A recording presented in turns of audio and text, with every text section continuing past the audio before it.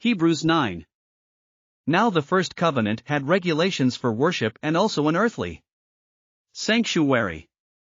A tabernacle was set up.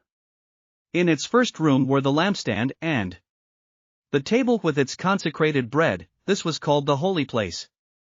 Behind the second curtain was a room called the most holy place, which had the golden altar of incense and the gold-covered ark of the covenant. This ark contained the gold jar of manna, Aaron's staff that had budded, and the stone tablets of the covenant. Above the ark were the cherubim of the glory, overshadowing the atonement cover. But we cannot discuss these things in detail now. When everything had been arranged like this, the priests entered regularly into the outer room to carry on their ministry. But only the high priest entered the inner room, and that only once a year, and never without blood, which he offered for himself and for the sins the people had committed in ignorance. The Holy Spirit was showing by this that the way into the most holy place had not yet been disclosed as long as the first tabernacle was still functioning. This is an illustration for the present time, indicating that the gifts and sacrifices being offered were not able to clear the conscience of the worshipper. They are only a matter of food and drink and various ceremonial washings, external regulations applying until the time of the new order. But when Christ came as high priest of the good things that are now already here, he went through the greater and more perfect tabernacle that is not made with human hands, that is to say, is not a part of this creation. He did not enter by means of the blood of goats and calves, but he entered the most holy place once for all by his own blood, thus obtaining eternal redemption. The blood of goats and bulls and the ashes of a heifer sprinkled on those who are ceremonially unclean sanctify them so that they are outwardly clean. How much more, then, will the blood of Christ, who through the eternal Spirit offered himself unblemished to God, cleanse our consciences from acts that lead to death, so that we may serve the living God?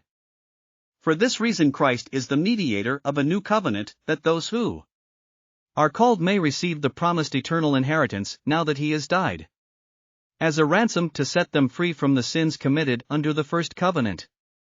In the case of a will, it is necessary to prove the death of the one who made it. Because a will is in force only when somebody has died, it never takes effect while the one who made it is living. This is why even the first covenant was not put into effect without blood. When Moses had proclaimed every command of the law to all the people, he took the blood of calves, together with water, scarlet wool, and branches of hyssop, and sprinkled the scroll and all the people. He said, "This is the blood of the covenant, which God has commanded you to keep." In the same way, he sprinkled with the blood both the tabernacle and everything used in its ceremonies. In fact, the law requires that nearly everything be cleansed with blood, and without the shedding of blood there is no forgiveness. It was necessary, then, for the copies of the heavenly things to be purified with these sacrifices, but the heavenly things themselves with better sacrifices than these. For Christ did not enter a sanctuary made with human hands that was only a copy of the true one. He entered heaven itself, now to appear for us in God's presence.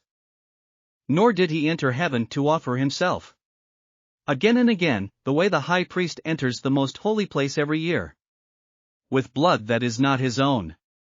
Otherwise, Christ would have had to suffer many times since the creation of the world.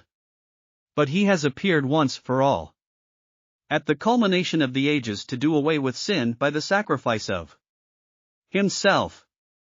Just as people are destined to die once, and after that to face judgment, so Christ was sacrificed once to take away the sins of many, and he will appear a second time, not to bear sin, but to bring salvation to those who are waiting for him. Thanks for listening to another chapter of the Bible. At My Faith Fuel, we believe a good coffee fuels your faith and energizes your day. Please visit myfaithfuel.com to explore our delicious coffee blends. Part of each purchase goes to training worshipers around the world. Thanks for listening.